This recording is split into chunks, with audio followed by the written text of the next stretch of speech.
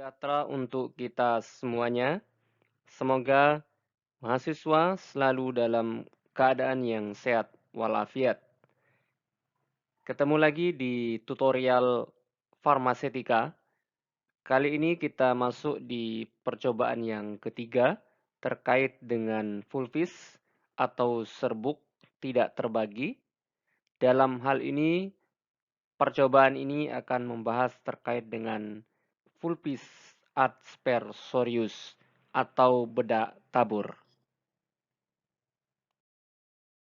Sebelum kita masuk ke pembahasan terkait dengan resep yang akan kita bahas dan selesaikan pada kesempatan ini, kita perlu melihat tujuan yang ingin dicapai dalam percobaan kali ini. Yang pertama adalah mahasiswa tentunya mampu membuat sediaan farmastika dalam bentuk sediaan bedak tabur. Kemudian yang kedua, mahasiswa mampu membaca dan melengkapi resep. Ya, nanti akan kita buktikan ketika Anda melakukan screening resepnya. Apakah ditemukan adanya persyaratan dari sebuah resep yang tidak lengkap dalam resep kita kali ini. Yang ketiga adalah mahasiswa mampu menghitung bobot penimbangan, membuat, membungkus, mewadahi, dan memberi etiket bila perlu juga kopi resep. Oke, kita mulai dari pendahuluan. Ya, kita penting mengetahui sebenarnya apa ciri bahkan yang dimaksud dengan serbuk tabur. Ada beberapa hal yang saya ringkas dari beberapa terkait dengan serbuk tabur. Yang pertama adalah serbuk tabur itu serbuk yang ringan ya, sangat ringan, cukup ringan. Dan tujuan penggunaannya hanya topikal. Artinya di lokal area tertentu yang memang diinginkan. Yang kedua adalah dikemas dalam wadah ya yang bagian atasnya memiliki lubang-lubang halus untuk memudahkan penggunaan pada kulit. Ya, sehingga kalau Anda melihat bedak tabur misalnya eh, yang biasa yang ada di pasaran Herosin misalnya gitu ya, maka penggunaannya sangat mudah. Tinggal di tabur saja ya dan serbuknya keluar melalui lubang-lubang di atas penutupnya. Kemudian yang ketiga adalah bedak tidak dapat berpenetrasi ke dalam lapisan kulit. Jadi hanya untuk pelindung atau di luar kulit. Ya. Kemudian digunakan sebagai penutup permukaan kulit. Selanjutnya penggunaannya dengan cara ditabur atau digosokkan dengan telapak tangan pada permukaan kulit. Kemudian yang terakhir, umumnya serbuk tabur harus melewati ayakan dengan derajat halus 100 mes. Artinya diameternya sangat kecil sehingga dia memang sangat halus ya. Tidak ada butiran-butiran kasar yang ada di dalam serbuk. Kenapa? Agar tidak menimbulkan iritasi pada bagian yang memiliki sensitivitas atau kepekaan. Oke, silahkan nanti Anda cari referensi sebanyak-banyaknya terkait dengan bedak tabur ini. Tentunya nanti Anda masukkan di laporan resminya di bagian pustaka atau dasar teori. Saya lanjutkan ke resep langsung. Jadi kita mendapatkan dua resep. Pertama-pertama yang kita lakukan tentunya Anda membaca resepnya. Membaca. Dibaca dulu, ya, dipahami, baru kemudian melakukan screening resepnya. Kita lihat bersama-sama, ini adalah 2 resep oleh dokter yang berbeda, satunya dokter Delta dan satu dokter Naira. Sama-sama berpraktik di Mataram. Kemudian kita lihat resep yang pertama dulu. Ini resepnya adalah bedak purol. Ya, Anda nanti cari bedak purol itu fungsinya apa, ya. 20 gram. Ya, dia ingin meminta kepada apotekernya membuat bedak purol dengan bobot atau beratnya 20 gram. Miske pak pulps aspersorius. Buat dan campurlah serbuk tabur. Ya. Kemudian ada signa aplik locus usus externus. Ini untuk Nyonya Sarwenda. Oke, perhatikan betul-betul resepnya. Ini kita disuruh membuat bedak purol yang resep standar atau komposisinya tidak dicantumkan. Artinya apa? Kita harus mencari resep standarnya di buku-buku standar. Oke, kita lihat resep yang kedua. Resep yang kedua lebih jelas, tidak membutuhkan resep standar karena sudah dicantumkan komposisi atau ingredientnya. Ada mentol, ada kampor, ada talep, ya. Kemudian disuruh membuat serbuk tabur. Oke, bagaimana cara menyelesaikannya? Kita lihat di slide berikutnya. Oke, sekali lagi Anda tetap melakukan screening, baik itu administrasi, farmaseutis, klinis. Silakan nanti Anda lakukan ini dan Anda tentunya lengkapi di laporan resminya. Administrasinya, apakah ada bagian-bagian yang tidak ada sesuai dengan kelengkapan resep yang ada di aturan terkait dengan administrasi. Apabila ada, misalnya nomor misalnya nama pasien tidak ada, maka Anda menulisnya tidak ada nama pasien, usulkan namanya siapa. Gitu ya. Kemudian kalau memang membutuhkan data yang lain terkait dengan perhitungan dosis, misalnya berat badan, maka Anda bisa juga menuliskan kekurangan resepnya tidak ada berat badan, sehingga diusulkan untuk dicantumkan berat badan. Misalnya, kebetulan ini adalah obat luar, sehingga ya tidak membutuhkan itu. Kemudian farmaseutisnya, nama obatnya jelas apa tidak.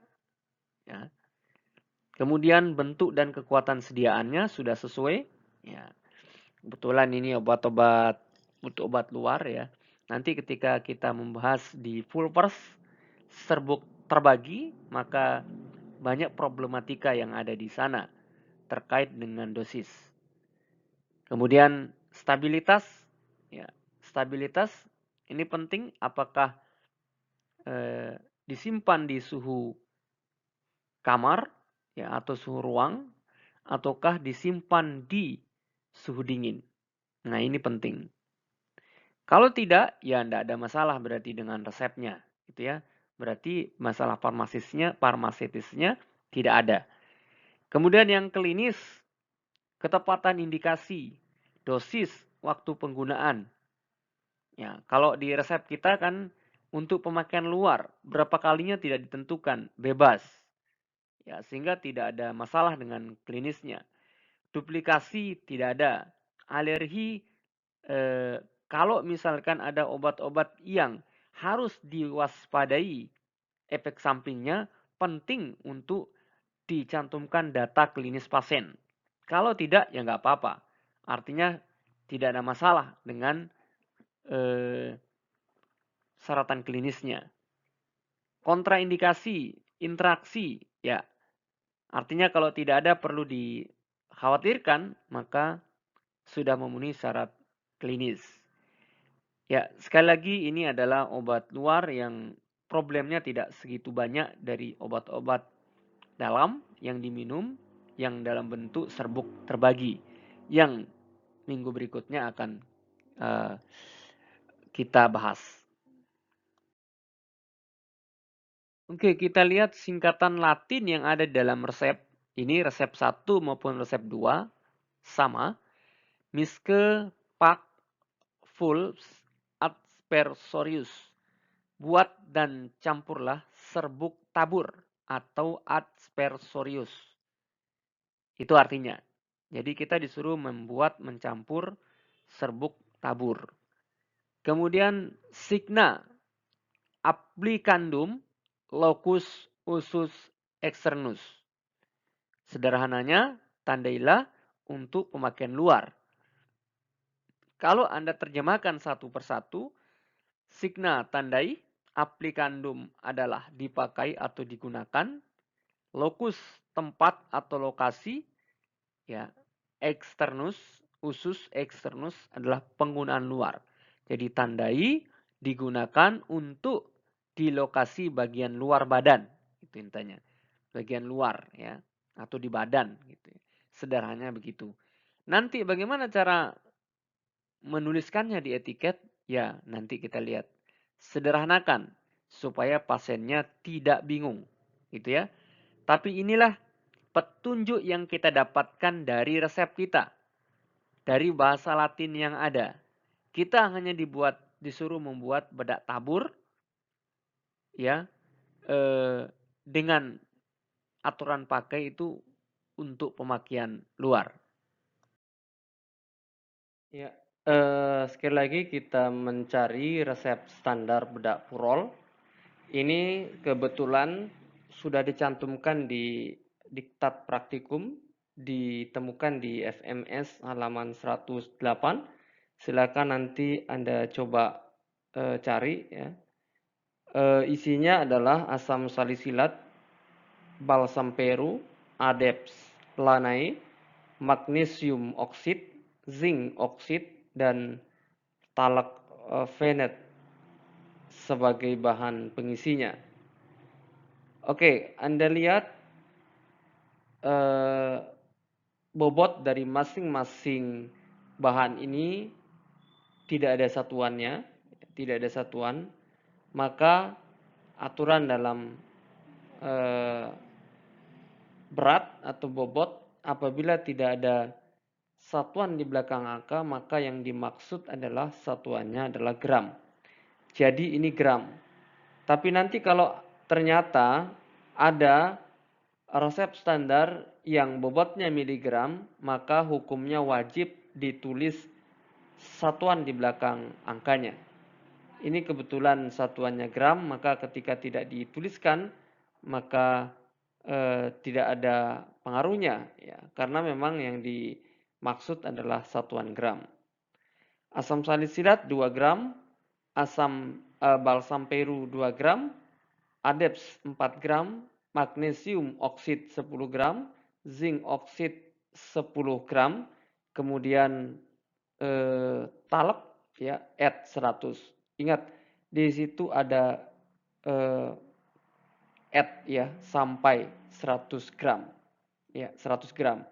Berarti nanti menimbang bahan pengisinya ya atau bahan tambahannya yaitu talak, bobotnya dikurangi dengan bahan-bahan yang ada di atasnya ya.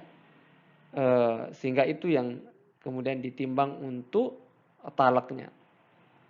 Oke. Kalau kita lihat dari komposisi ini, jelas bahwa kita bisa menyimpulkan fungsi ya utama dari bedak purol ini adalah antiseptik ya, untuk mencegah ya, untuk mencegah ya, eh, apa namanya, kontaminasi dari mikroorganisme ya, atau yang lain seperti fungi. Kemudian kita lihat apa sebenarnya peran masing-masing bahan di dalam formula ini ya, atau di dalam resep standar ini. Asam salisil dan ADEPS ya, asam salisilat dan ADEPS. Nanti sebelumnya Anda melakukan karakterisasi dari bahan-bahan ini di laporan resmi kemudian disalin ya. Misalnya asam salisilat ya, bentuk serbuk kasar misalnya, atau serbuk halus berwarna putih, rasanya pahit dan bla bla bla seterusnya. Kemudian ada rumus strukturnya dan seterusnya ya. Itu di laporan resmi Anda cantumkan. Saya hanya memberikan fungsi garis besar dari masing-masing ini. Asam salisilat dan ADEPS ya, itu fungsinya sama sebagai anti fungi ya. ADEPS lanai anti fungi, asam salisil anti fungi plus keratolitik ya, keratolitik ya, mengganti lapisan kulit terluar ya, sehingga yang terlihat itu yang kulit yang lebih baik ya, yang lebih bagus. Kemudian balsam Peru itu sama dengan magnesium oksid ya, sama dengan zinc oksid ya, dia sebagai antiseptik gitu ya di formula ini. Kemudian talepnya tentu sebagai zat tambahan atau sebagai ya zat tambahan di sini gitu ya, excipient. Kalau kita sudah tahu fungsinya masing-masing ya, kemudian secara farmaseutis bagaimana teknik menimbangnya, bagaimana teknik mencampurnya ya, sehingga dihasilkan serbuk yang betul-betul serbuk yang halus, kering ya, dan kemudian tentunya memiliki kualitas yang baik. Oke, perhitungan dosis ini tidak ada ya, karena memang formula atau resep kita hanya untuk pemakaian obat luar, sehingga tidak ada perhitungan dosis, yang ada penimbangan bahan dan pengambilan bahan. Oke, adik-adik mahasiswa, saya langsung ke penimbangan bahan.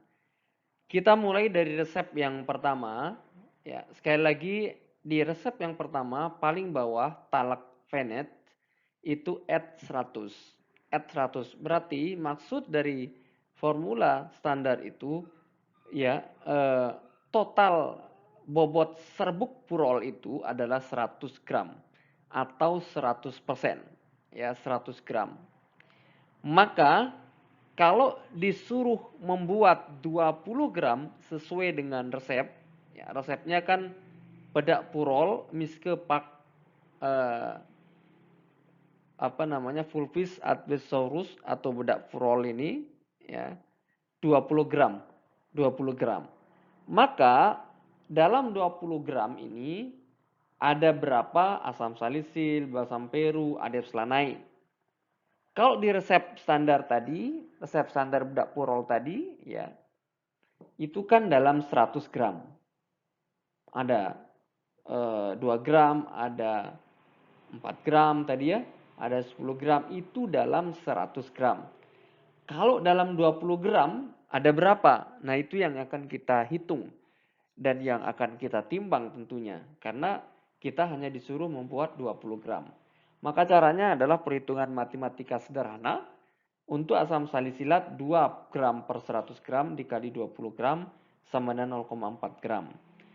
Begitu juga dengan yang lain, balsam Peru, ADEPS lanai, magnesium oksid, zinc oksid sama ya. Pembaginya adalah 100 kemudian dikali dengan jumlah yang ingin dibuat.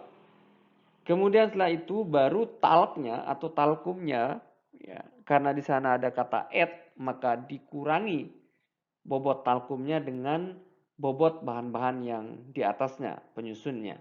Ya. Maka talkum kita yang akan kita timbang adalah, karena kita akan membuat sejumlah 20 gram, maka 20 gram dikurangi bobot seluruh bahan-bahan penyusun yang lain. Sehingga Anda lihat hasilnya adalah talkumnya adalah 14,4 gram yang kita timbang.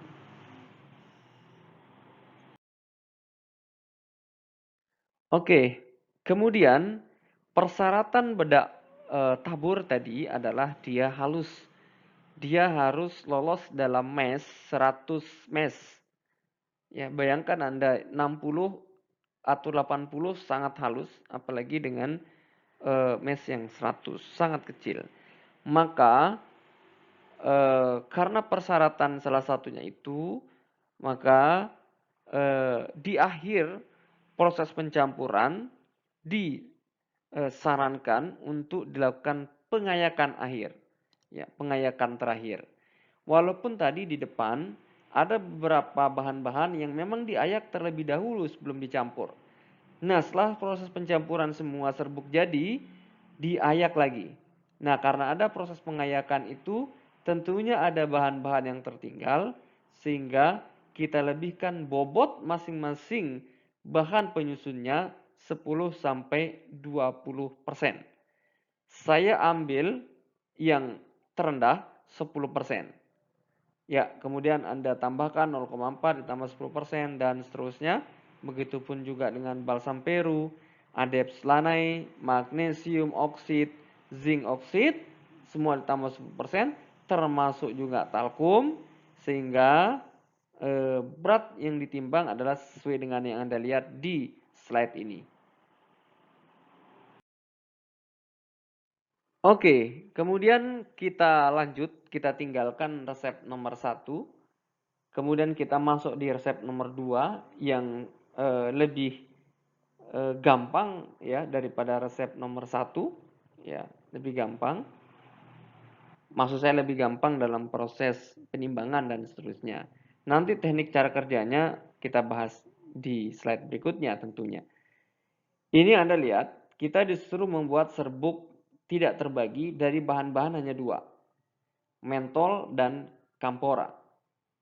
Ya, tentunya sekali lagi Anda melakukan karakterisasi dari mentol dan kampora. Ya, mulai dari karakterisasi fisik, kimiawi dan seterusnya. Ya, supaya Anda memahami bahan yang Anda akan ambil. Kemudian ada talek, ya, talek sama sebagai bahan tambahannya. Nah, ini mentol dan kampora ini fungsinya kurang lebih sama sebagai anti iritan, ya, untuk menghindari atau mencegah terjadinya iritasi, ya, kulit, ya. Kemudian di resepnya ada kata add juga sama 10 gram, ya. Maka total serbuk yang Anda disuruh membuat adalah 10 gram. Maka talek bobotnya 10 gram dikurangi bahan-bahan yang lain, ya. Sehingga Anda bisa lihat di slide ini, ya, jumlah talek yang ditimbang adalah bukan 10 tetapi 8,7 gram. Oke, kita ke cara pembuatan. Ya, untuk sediaan-sediaan topikal yang biasanya memiliki problem adalah di teknik pembuatan atau cara pembuatannya. Membutuhkan cara-cara tertentu, ya, yang tidak ditemui kadangkala di sediaan-sediaan oral lainnya. Oke, ini yang pertama, untuk resep nomor 1 disarankan menggunakan mortir panas dalam mencampur seluruh bahan-bahan penyusun dari bedak purol ini. Bagaimana caranya?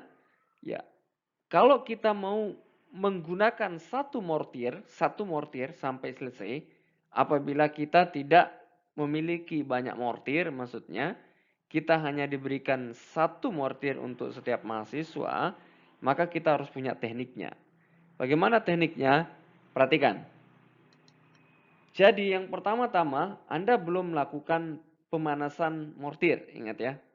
Anda perlakukan bahan-bahan yang memang harus diperlakukan khusus, ya, sebelum mencampur. Contoh, oke, yang pertama Anda lakukan adalah Anda mengayak zinc oxide, ya, karena dia bentuknya kristal yang enggak kasar. Oke, ayak dulu, ya, walaupun nanti diayak di akhir lagi, enggak apa-apa diayak supaya nanti tidak terlalu lama dalam proses memperkecil ukuran partikelnya. Kemudian setelah itu ditimbang, ya, ditimbang masing-masing bahan, semuanya timbang. Talk ditimbang, ya, sejumlah berapa tadi. Asam salisilat ditimbang. Kemudian ADEPS ditimbang, balsam peru ditimbang. Tentunya menimbangnya pun tergantung sifat fisik dari masing-masing bahan. Kalau dia padatan, Anda bisa langsung timbang dengan kertas perkamen, ya. Kecuali dia menyublim, maka Anda harus pakai kaca, ya. Kemudian kalau dia bentuknya semi padat, mungkin lebih baik ditimbang dengan cawan atau dengan kaca arloji. Begitupun yang berbentuk ekstrak kental gitu ya, dan lain-lain, ya, Anda bisa menyesuaikannya, ditimbang ya, ditimbang semua, sudah semua ditimbang. Oke, setelah ditimbang, sebelum dilakukan pencampuran, ingat persyaratan serbuk itu harus kering, ya, harus kering, intinya kering. Ya, itu dicamkan dulu di benak kita, dia harus kering. Maka kalau dia kering, sementara bahan-bahan kita ada yang sifatnya higroskopis, menyerap lembab. Kalau dicampur langsung, serbuknya menjadi basah. Kemudian ada bahan kita bentuknya ekstrak kental, ya, seperti balsam peru, ya. Kemudian ada bahan kita yang semi padat, sehingga dia enggak ini, ya. Maka harus diperlakukan. Nah, itu yang harus kita selesaikan. Caranya apa? Caranya bagaimana? Dengan satu mortir. Oke, perhatikan baik-baik. Setelah Anda nimbang talep, setelah Anda nimbang semuanya, ya, yang pertama Anda lakukan adalah Anda mengambil asam salisilat. Kemudian taruh di mortir, ya, yang belum Anda panaskan. Ini untuk perlakuan awal, pendahuluan. Taruh di mortir, kemudian ditetesi etanol 96% secukupnya sampai larut. Kemudian Anda ambil secukupnya talak untuk mengeringkan larutan asam salisilat tadi, sehingga dia kering atau dilapisi dengan talak kering. Kemudian Anda keluarkan dengan sudip, ya. Anda tahu sudip ya? Sudip itu ya untuk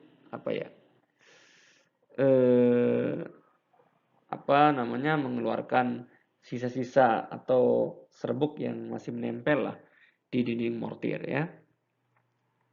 Bisa dimanfaatkan bekas ronsen, ya. Film ronsen itu, ya, itu bisa Anda gunting menjadikan sudip. Kemudian dikeluarkan, ditaruh di kertas perkamen. Udah kering dia pasti. Kemudian setelah itu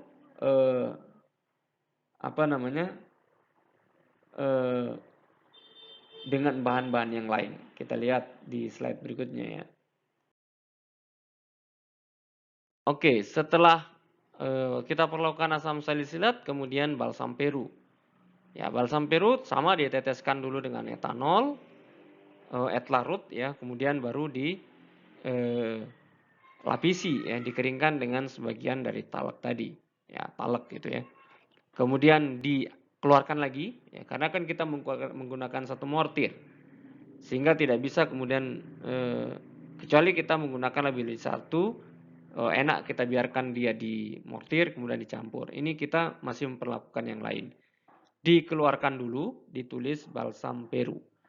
Kemudian tadi magnesium oksid sudah ditimbang, zinc oksid sudah ditimbang ya. Ya, maka setelah ini ada selana yang sudah ditimbang. Nah, setelah ini baru kita panaskan mortirnya dengan dua cara. Anda bisa memilihnya. Dengan Anda panaskan dengan air panas, artinya air panas Anda didihkan, kemudian Anda tuang ke dalam mortir, didiamkan sejenak sampai kemudian terasa hangat sampai dinding mortir, Anda buang airnya, Anda bersihkan dan lap, ya baru Anda gunakan. Atau Anda membakarnya dengan dioleskan etanol, kemudian dibakar sampai dia terasa hangat sampai dinding mortir intinya.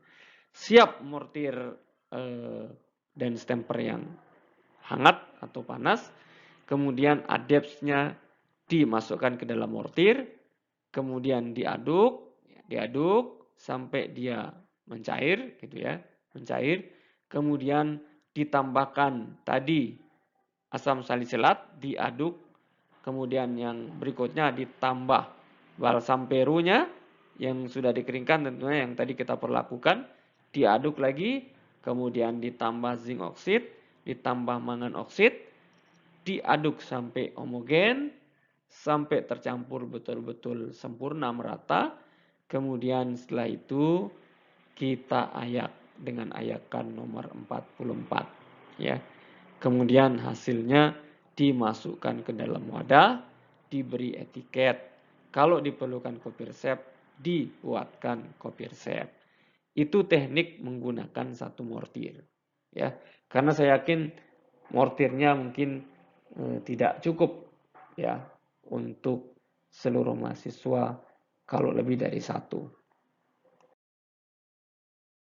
Oke, untuk resep nomor 2 akan lebih cepat karena bahan-bahannya juga cuma 2 ya. Tentu yang pertama Anda timbang seluruh bahan, talak ini ditimbang, mentol kampora ditimbang ya. Kemudian mentol dan campur ini dimasukkan ke dalam mortir, kemudian digerus sampai melarut dan homogen. Ya, tentunya bisa juga Anda tetesi dengan etanol 96%. Ya. Jadi ini walaupun dia bisa melarut tapi boleh Anda tetesi etanol 96%. Kemudian baru dikeringkan dengan sebagian talak itu. Sampai dia kering, kemudian baru sisa talaknya ditambahkan ke dalam campuran, kemudian dihaduk sampai homogen, tercampur merata, kemudian dikeluarkan dari mortir, dimasukkan ke dalam wadah, kemudian diberi etiket, bila dibutuhkan kopi resep maka Anda membuat kopi resepnya. Oke, bila pembuatan produknya sudah selesai, tentunya tinggal diberi etiket. Nah, etiket ini kecil, sederhana, tapi sangat penting bagi apotek. Sebagai alat komunikasi antara apoteker yang memberikan edukasi kepada pasien. Pasien tentunya setelah di rumah. Nah, setelah di rumah yang paling efektif adalah etiket ini. Sehingga Anda harus membuat etiket sesederhana mungkin dan mudah dipahami oleh pasien. Jangan yang susah dipahami. Contoh, mentang-mentang Anda ingin ingin ditahu orang farmasi, maka aturan pakainya Anda tetap gunakan bahasa Latin. Misalnya, signa, es, ter, de, die, full, first, satu, ya, dan seterusnya pakai bahasa Latin. Maka fungsi etiketnya tidak nyambung, tidak sampai ke pasien. Maka gunakanlah bahasa yang sederhana. Contoh ini, tadi kan kita disuruh membuat bedak furol, tidak ada aturan pakai, tapi di situ ada petunjuk, ya signa, locus applicandum, locus usus externus, ya, untuk pemakaian luar. Maka sederhanakan saja, ya. Ini tentunya etiket itu karena yang mengeluarkan apotek, tentunya nama apoteknya, nama apotekernya, nomor sipanya, tanggal pembuatan produknya, ya, kemudian nama pasiennya, nah kemudian aturan pakai. Karena tidak ada aturan pakai yang signifikan dari spesifik dari dokternya, tidak mengatakan 2 kali, 3 kali, maka Anda tinggal bilang bedah tabur untuk pemakaian luar, ya, sehingga pasiennya berarti saya bisa menaburkannya lebih dari 1 kali, bahkan lebih dari 2 kali, dan lebih dari 3 kali, ya. Ini sederhananya sehingga pasien itu tidak bingung sampai di rumah. Ini fungsinya etiket. Ingat, etiket itu penting untuk menyambung lidah kita sebagai tenaga farmasis dengan pasien ketika dia sudah di rumah. Ketika dia sudah di rumah. Kalau dia masih di sarana kita bisa menjelaskan dia secara oral. Tapi ketika di rumah, ya aksesnya tidak ada. Maka akses satu-satunya adalah etiket. Sehingga etiket ini Anda buat harus benar. Kalau dia obat luar, maka warnanya tetap harus biru.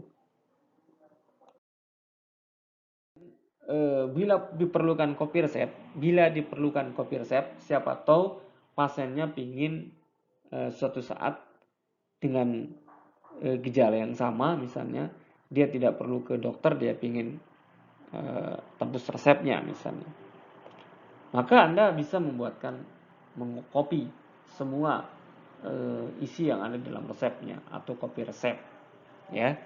Kebetulan di resep kita tidak ada permintaan untuk dikopi oleh dokternya, tetapi ketika diminta Anda buatkan. Ya, karena apotek yang membuat, maka semua identitasnya identitas apotek. Kopnya semua apotek. Ya, mulai dari apotek, alamatnya, nama apotekernya, nomor sipanya, kemudian tempat dan tanggal penulisan kopi resepnya, kemudian ada tulisan salinan resep, bukan resep loh. Ada tulisan salinan resep, wajib. Kemudian resep untuk siapa, resep dari dokter siapa, tanggal penulisan resepnya tanggal berapa, nomor tanggal pembuatannya nomor berapa sesuai dengan yang ada di apotek Anda. Kemudian Anda salin semua tanpa mengurangi bahasa dan kata yang ada di dalam resep. Itu prinsip kopi resep. Sehingga ada kata PCC di bawah ini, Pro Copy Conform, sesuai dengan aslinya. Jadi kalau tulisannya R bedak purol 20 gram, tetap tidak bisa Anda ganti dengan bahasa yang lain. Miske pak adversorius, ya tetap. Signa aplik log W, tetap. Pro Nyonya Sarwenda, tetap sama seperti resep aslinya. Kemudian diakhiri dengan paraf atau tanda tangan apoteker, pengelola apotek. Tentunya diakhiri dengan cap atau stempel. Itulah kopi resep ada di mahasiswa.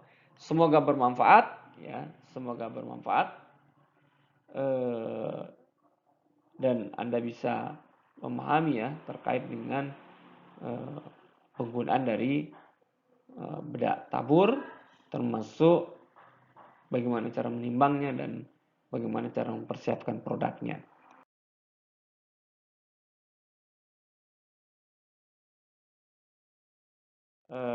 Terima kasih banyak atas perhatian semua mahasiswa.